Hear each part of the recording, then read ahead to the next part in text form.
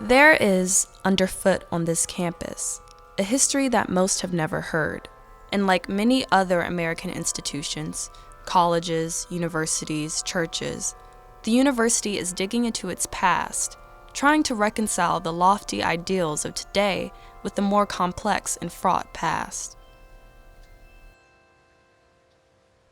The University of Richmond, founded in 1840 as Richmond College, occupied this building in downtown Richmond. Before the university moved to its current location in 1914, the land was occupied by the West Hampton Amusement Park. The park had been built by a trolley company to encourage ridership. We know that the hill, which we now know as Boatwright, was used as a casino. It was a two-story open-sided building that would have been used for dancing. They had shooting galleries, a merry-go-round or carousel. Right in front of the lake, there were terraced steps made out of earth, and they would have movies or moving pictures on a screen. There were aerialists that performed here. We even know some of the names of those. There was a well-known performing group, Polk Miller and his quartet.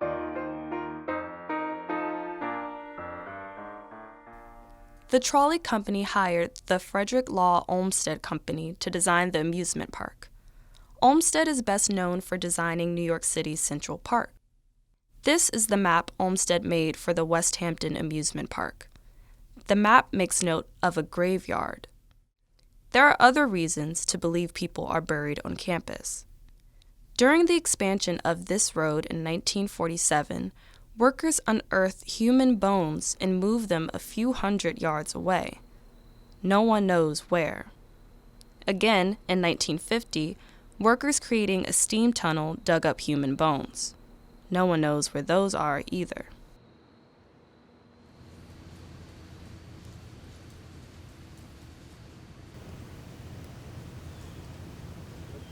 We are going to attempt to image burials in this area, which is reported to be the site of an enslaved cemetery.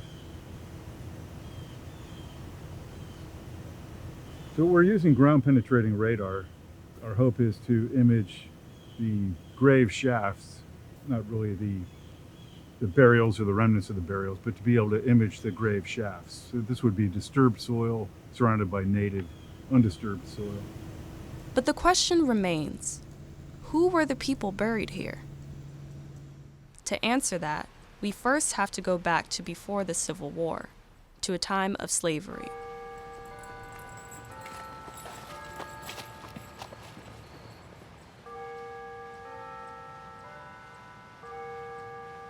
This land was once a plantation, owned by Benjamin W. Greene. Few remnants remain, but the plantation house is still standing. I believe it was started in 1843 and that it was finished in 1844 or 45 as the improvements first appeared on the 1845 tax bill. The fact that the plantation house still stands is remarkable, and perhaps a couple of outbuildings, one or two. I think it allows us to put meat on the bones of history, I think, because this is physical preservation. We can say that we know that those enslaved people walked this area, perhaps walked the grounds of that particular homestead. And so again, it's just another part of the humanities, archaeology and historic preservation. Historic preservation begins with the oral histories, not always the brick and mortar, and from there we can branch outward. On the plantation, Benjamin Greene built gristmills and sawmills, powered with water from what is now the West Hampton Lake. Well, the lake is a beautiful lake, and I would say with a critical examination perhaps of some engineering or laborious work by enslaved people, I think it allows us to look at it through perhaps a different lens. Perhaps now we can connect the beauty of that lake also with perhaps the pathos of knowing that people worked without being rewarded or remunerated for creating that wonderful lake. I'm sure there were slaves who built the lake. Whether they were Green slaves or somebody else's slaves, I couldn't tell you. In 1840, Greene ran into some major financial difficulties and was charged with 24 felonies. He had a fair amount of loans outstanding with the bank, and the bank became concerned over his ability to repay. They took liens on all sorts of assets that he had. By 1860, Greene's chief assets were the 186 enslaved people that he owned. This is Greene's census slave schedule from 1860. Only the age, sex, and color of the enslaved people are listed. No names. The significance of the fact that there are no names generally listed on slave censuses is that it takes away from the humanity of the individuals. It can be somewhat challenging at times to identify enslaved people who are listed on slave censuses, if you will, but through hard work, you can oftentimes match the sex and the age of that individual with lists perhaps that come from wills and tax list for that individual. It is believed that Greene also rented out his enslaved people to other plantation owners. People were typically rented out for a year, and oftentimes when you read the rental agreement, the person during the hiring, if you will, was required to give them a set of clothes, a set of shoes, and things of that nature. It's a very anxious time because you don't know where you're going, who you're going to, whether or not you will be assaulted, whether or not the work is dangerous. For an example, there are people, or particularly men, who were rented out for the mines. No one wanted to go down into the mines. Mines aren't even safe today. So you can imagine what the mines were like back then.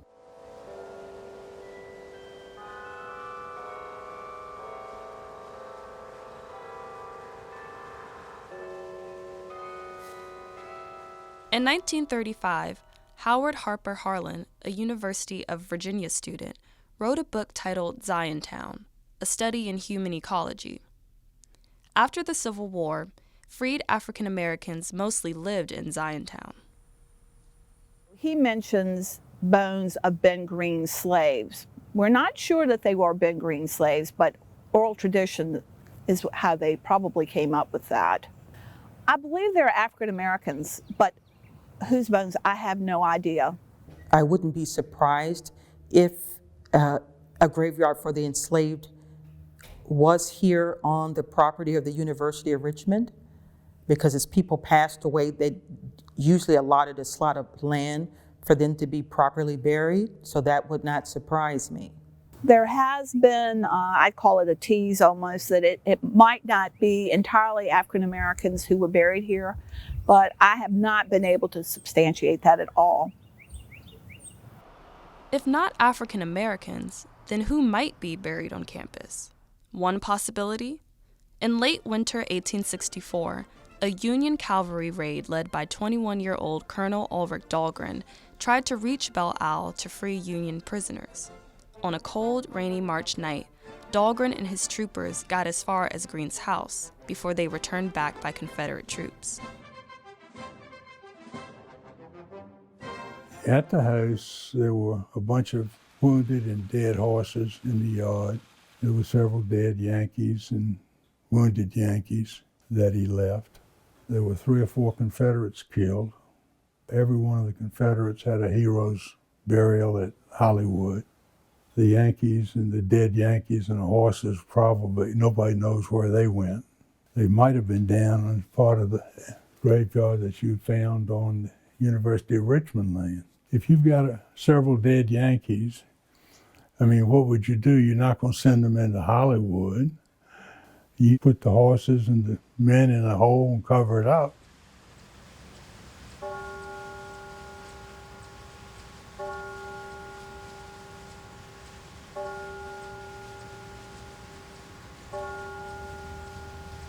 It's important to undertake a project such as this by the university because it is an integral part of the humanities.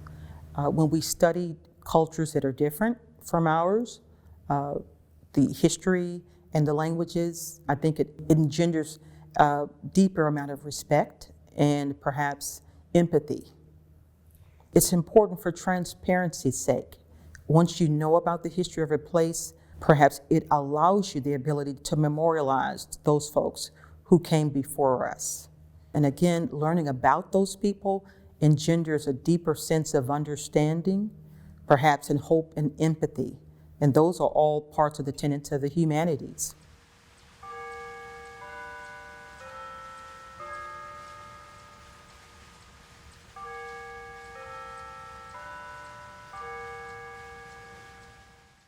So behind me, this is an image from a cemetery that we surveyed recently in Charlottesville.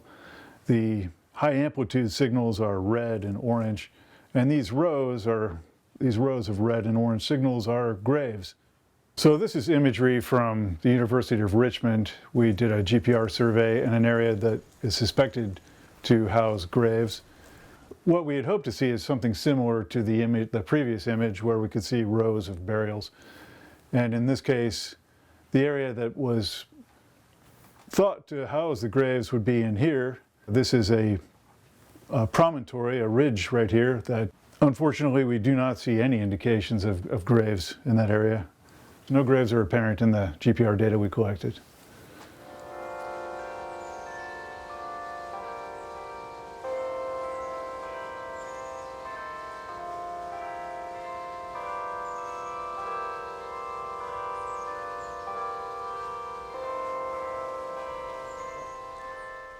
Are there people buried on campus? And if so, who are they? Those questions remain unanswered. And the stories of the enslaved people who once lived, toiled, and died here remain untold. The university community hopes to unearth the memory of those people.